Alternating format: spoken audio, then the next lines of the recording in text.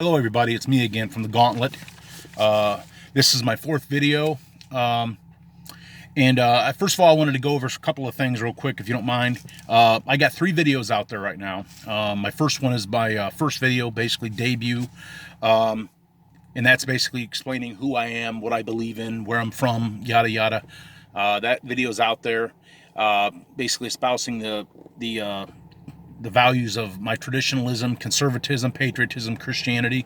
So that video is out there. I got the second one. That is how communism, socialism, and Marxism gained a strong foothold in our country via the colleges. That video is out there. It's a 2-parter. And the third video is an accompanying video to the prior video, which basically talks about the 45 communist goals for America. It was read aloud and on the congressional floor, in case you haven't seen it. So them 3 videos are out there. I would ask you to all go to them videos, look at them, watch them. Please subscribe, comment, like, and share. I would like to get all the support I can get. And it's not so much support for me as much as it is for our country. This is about our country, not so much me. But I feel like if I can impart some knowledge to people out there. You don't have to be a professor, a doctor, an attorney. I'm none of them. I don't, I don't have some fancy degree. But at the same time, it's all about patriotism and love of our country and being informed. The fact is that the elites and the establishment and the liberals and the left wing, they count on ignorant people. That's why a lot of times when you see it's amazing how many people are uninformed. Even if they went to college, they're uninformed, and they think that that they have a good beat on things, and a lot of times they don't. I would like to. You can learn. You can learn. Have you ever heard of the saying, "You learn something new every day"? Well, not only that, but you can learn from anyone. A 70-year-old can learn from a 12-year-old. An 80-year-old can learn from a 10-year-old. It doesn't matter. You can learn from anyone because there's so many people out there today that are apolitical and they're apathetic. They just don't care. And that's one of the big reasons the left wing and the liberals and globalists and neocons have gotten so far ahead in this country. They're so entrenched because so many people don't care. If you a lot of these people down in a conversation and ask them what they believe in, and you said, a lot of them say probably this is a hypothetical situation. You say, well, what do you believe in? Well, so I believe in this, but I don't care.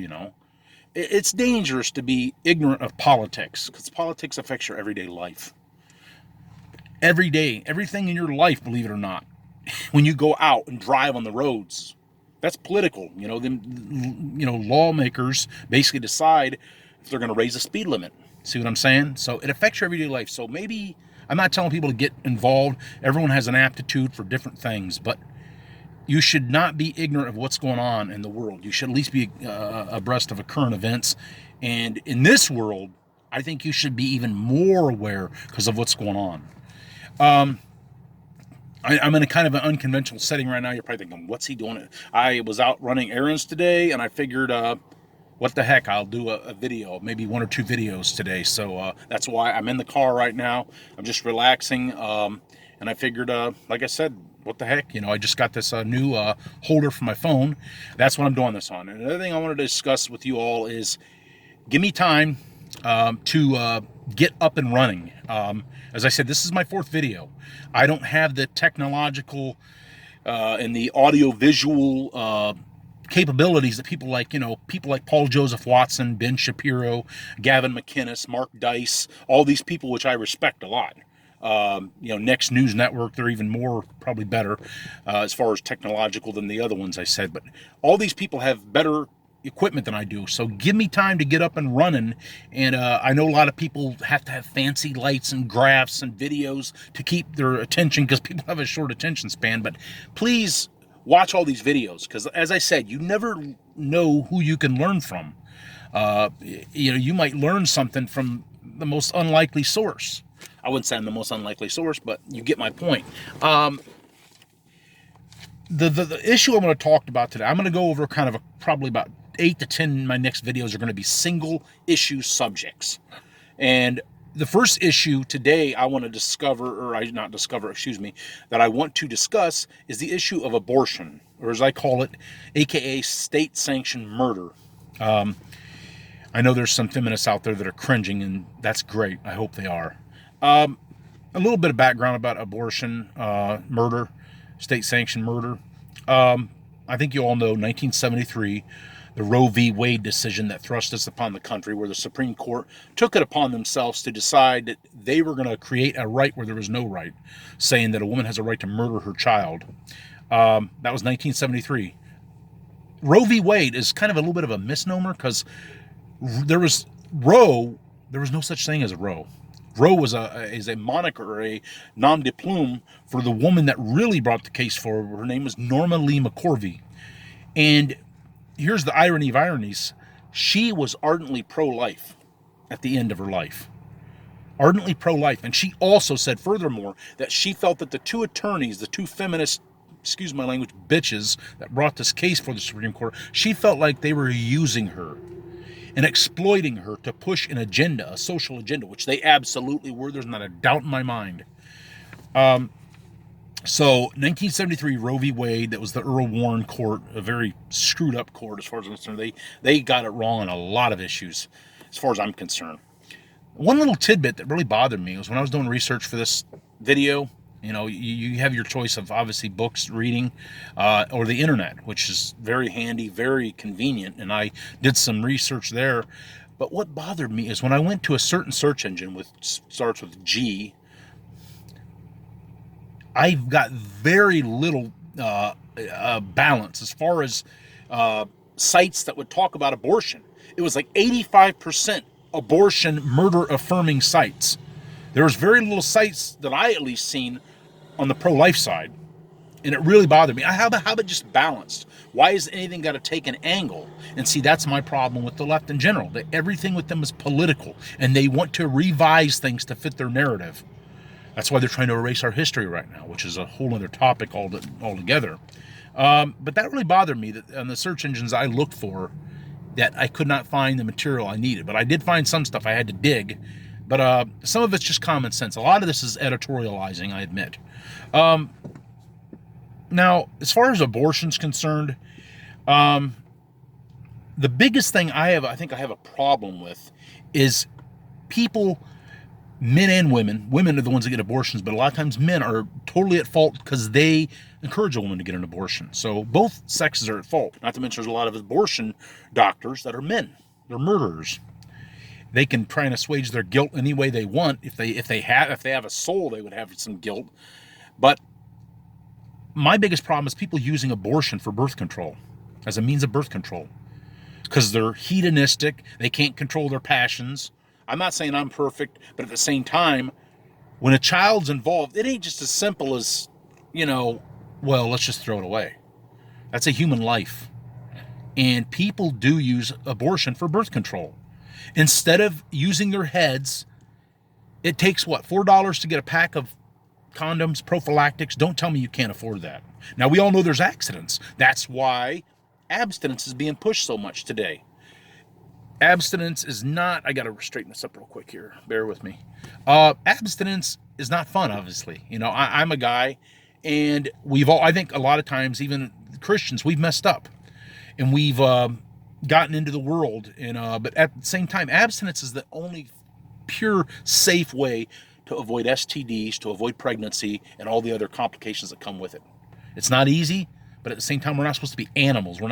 The problem is today, people use sex for hedonistic pleasure.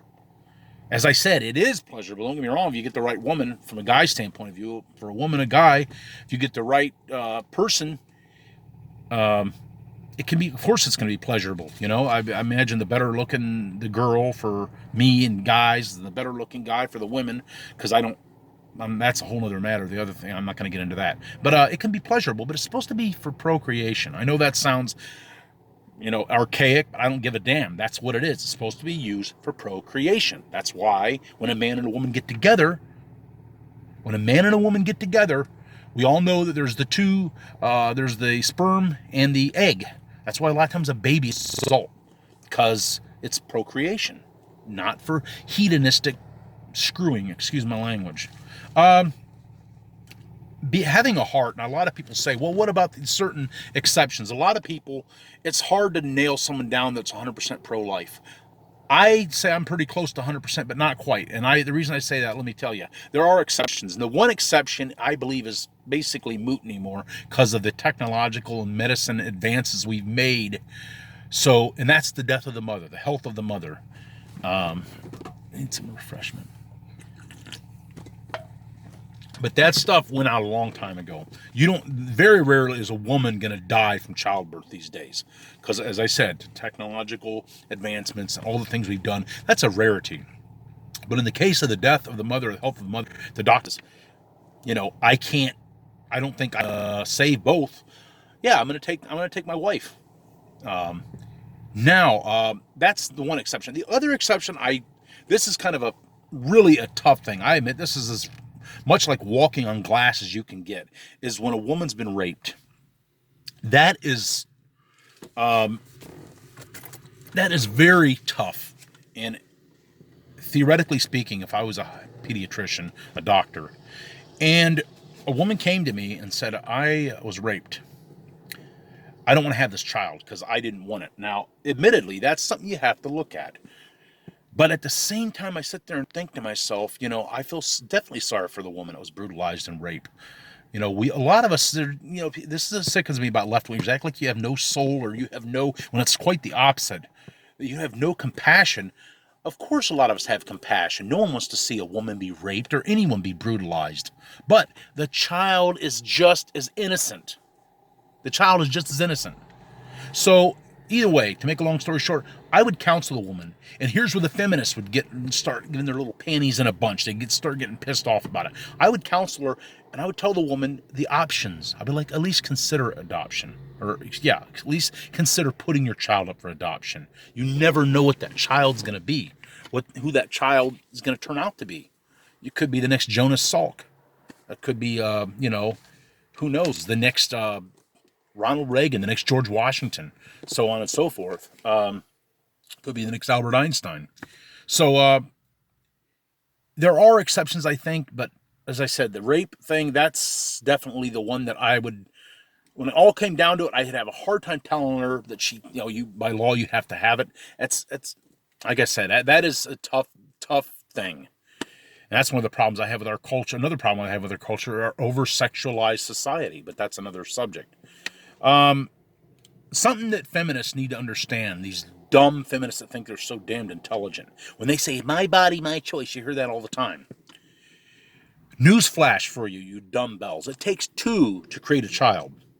You didn't spontaneously create that child in your own womb. You had to have a man to make that child.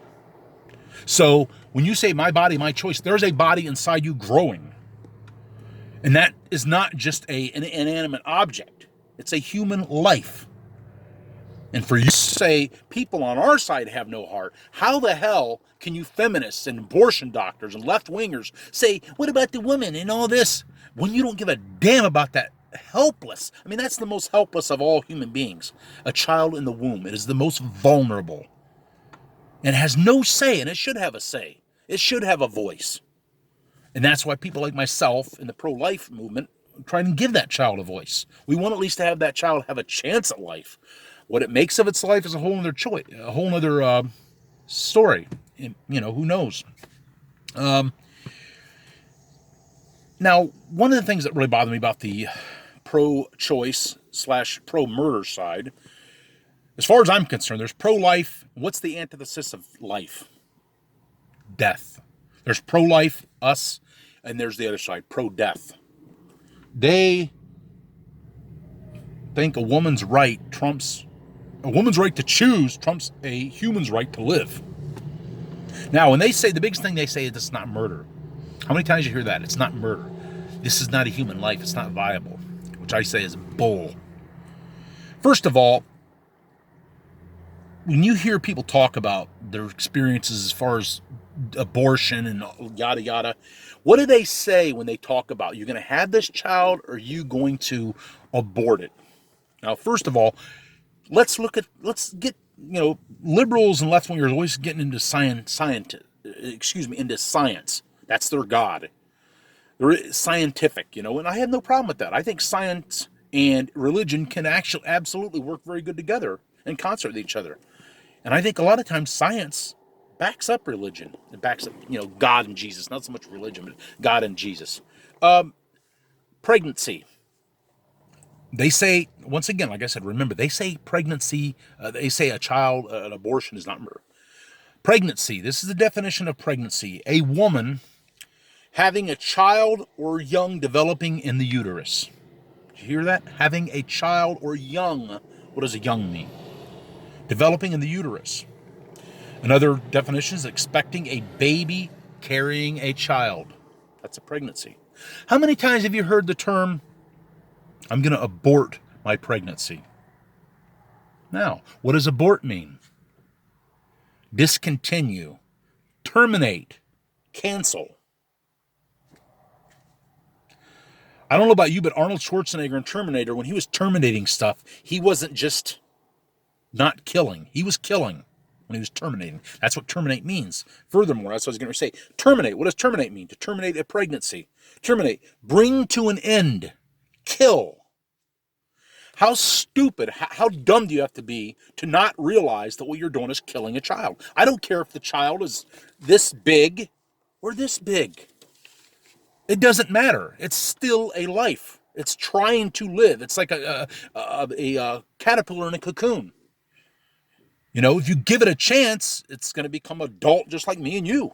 Another thing that really bothers me is how feminists and pro-choice murderers, how they try and completely sweep certain things under the rug of inconvenience. Like the fact that you wouldn't be here opening your big mouth supporting the right to murder a child if your mom hadn't given you the right to live. Your mom said, I'm going to have this child. Now, I hear all the hardship tales. Well, what if a woman can't afford it? Then you shouldn't be screwing, all right? Yeah, I'm going to say it. It needs to be said. Have some damn responsibility. Yeah, we all know, we're not supposed to be animals, right? We're supposed to be human beings. We're supposed to be able to try and control our passions. And like I said, once again, if you can't, and I know it's hard from first-hand experience, you get a prophylactic rubber. There's all kinds of birth control out there.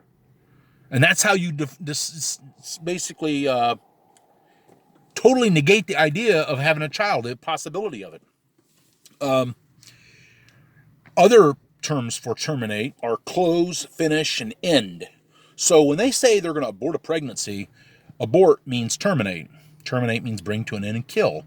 They're killing the pregnancy. What is a pregnancy? Having a child or a young developing. So they're murdering. They can try and assuage their guilt all they want. They are murdering.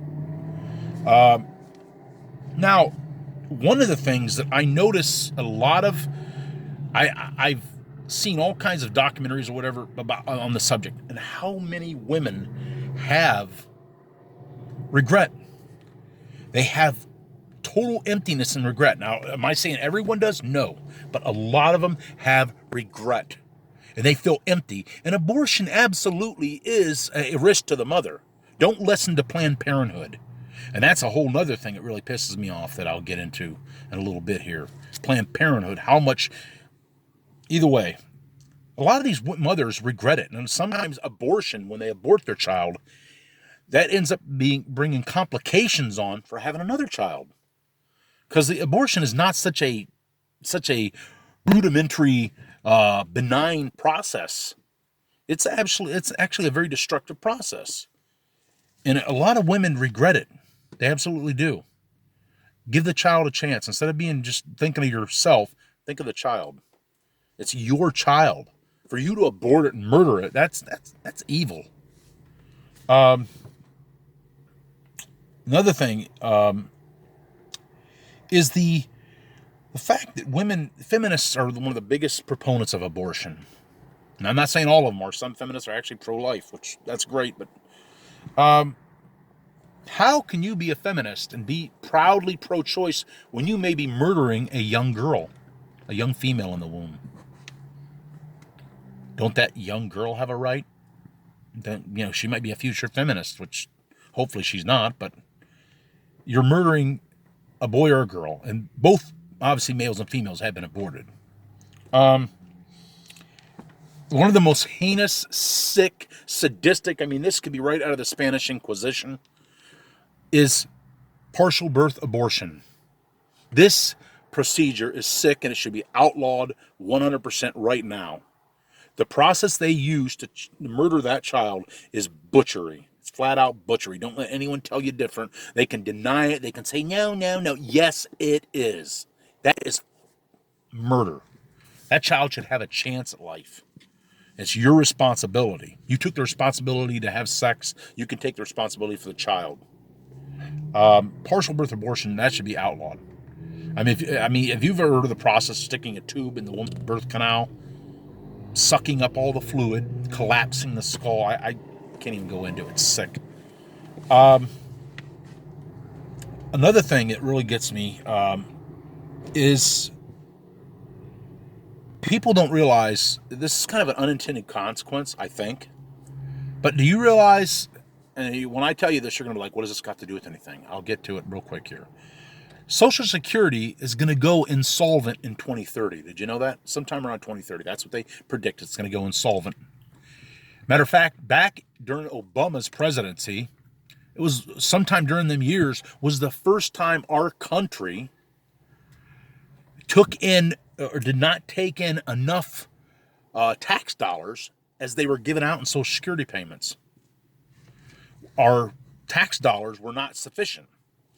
So now we're giving out more Social Security benefits than we can gather in taxes. Now, hopefully, President Trump can stop the hemorrhaging that the globalists and the liberals and left wing have been causing. But if think about it, and here's what the point I'm getting to. A lot of these abortion was when it was legalized and made law. Not made law, but it was legalized, and people decided they had a right to murder their child. It was 1973. How many of these kids from 73 all the way up into the 90s and even late 90s that were aborted would be in the workforce right now? Think about it. Millions of children have been aborted. It's been basically just like another form of genocide or a holocaust of children. And all these kids, think about it, a kid born in 1980, right now will be working, will be contributing. More than likely. Yeah, you have certain different exceptions, but for the most part, most people are blue collar, Main Street workers. A kid born in 1990 right now will be 27, 28. They would be working right now. They would be contributing. They'd be paying taxes, Social Security, yada, yada, federal, state, local, yada, yada. They'd be doing that right now. All these millions of children, a lot of them would be working. We wouldn't be in the mess we are with Social Security, being possibly, most likely going to be going insolvent. And that's going to get bad. You're going to have a lot of old grandmas and grandpas rioting, and even other people. Because people are going to wonder, hey, I was putting back for my Social Security. Why the hell do I not have it?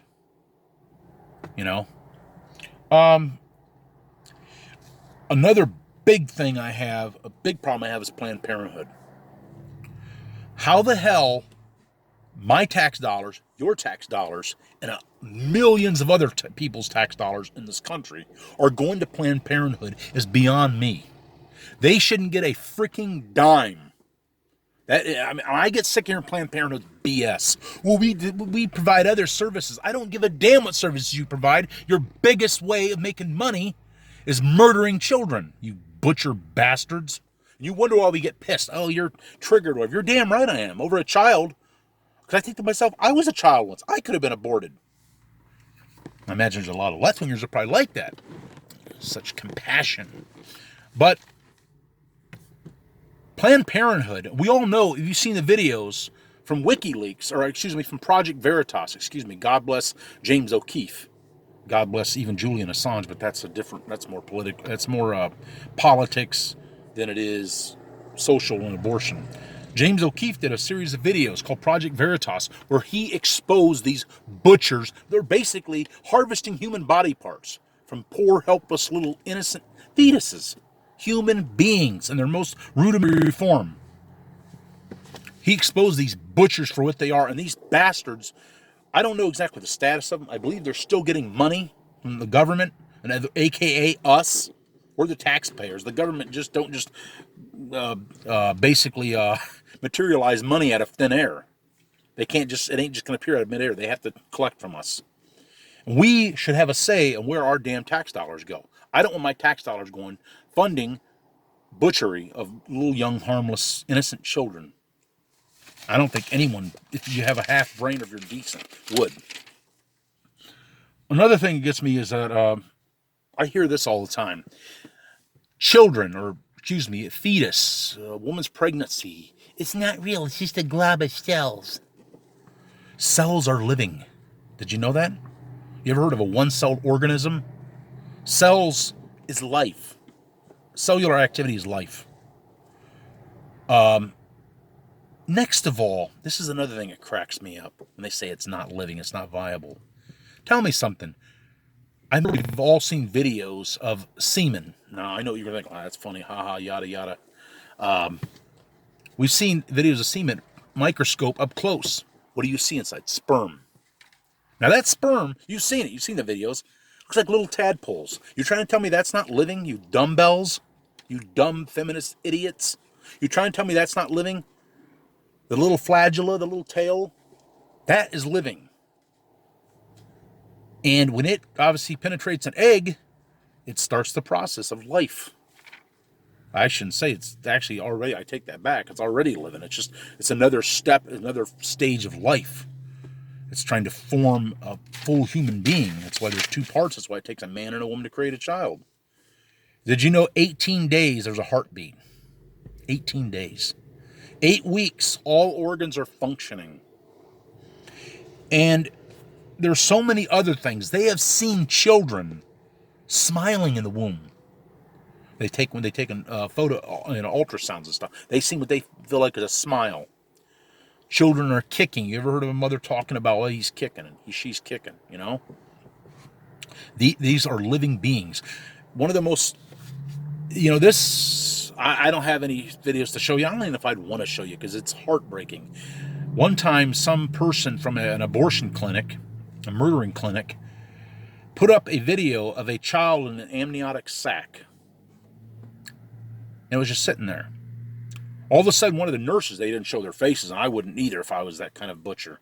They showed one of the nurses or people helping touch the child in the end. You could see it was a clear child, and it was still in its sac. Touched it. And the kid started moving, started kicking its legs. You telling me that's not a life? You have the gall and audacity and the stupidity, frankly, to say that's not a life?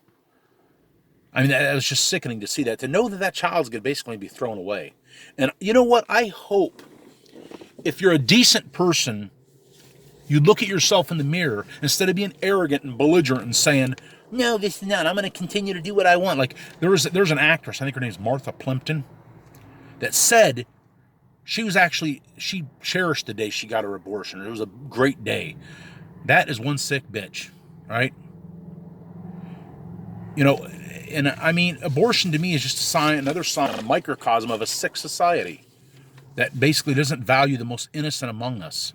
I'm also an animal lover, but at the same time, children are the most precious, and the Lord said, such is the kingdom of God, little children. They're so innocent. For these people, how can you not understand what you're doing? The problem is so many people are listening to feminist viewpoints and left-wingers. They're listening to them so much. It's not murder. It's not murder. Wake up. Look in the mirror. Look at the material out there that's about it. Don't shy away and think, I don't want to see this. I don't want to see another viewpoint. Look at it. I've seen both viewpoints. There's not one shred of doubt that the viewpoint that I hold is right. It's not a matter of what's different strokes for different folks. This is a human life. The pro-life movement will continue. And, it's hopefully one day we'll be able to overturn Roe v. Wade, as well as a lot of other disastrous, putrid decisions that the Supreme Court has basically handed down that they should have basically kept their noses out of, instead of trying to think they have a right, somehow have some kind of authority to grant rights. Our rights come from our Creator above, all right? Not from the government. So God bless all the children. And the great thing to these children that were aborted is they're going to be in heaven. They don't have to go through the world.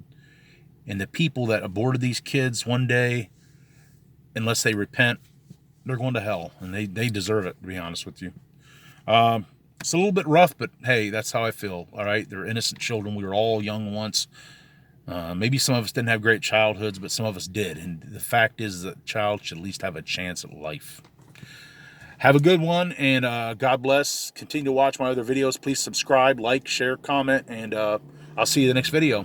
God bless.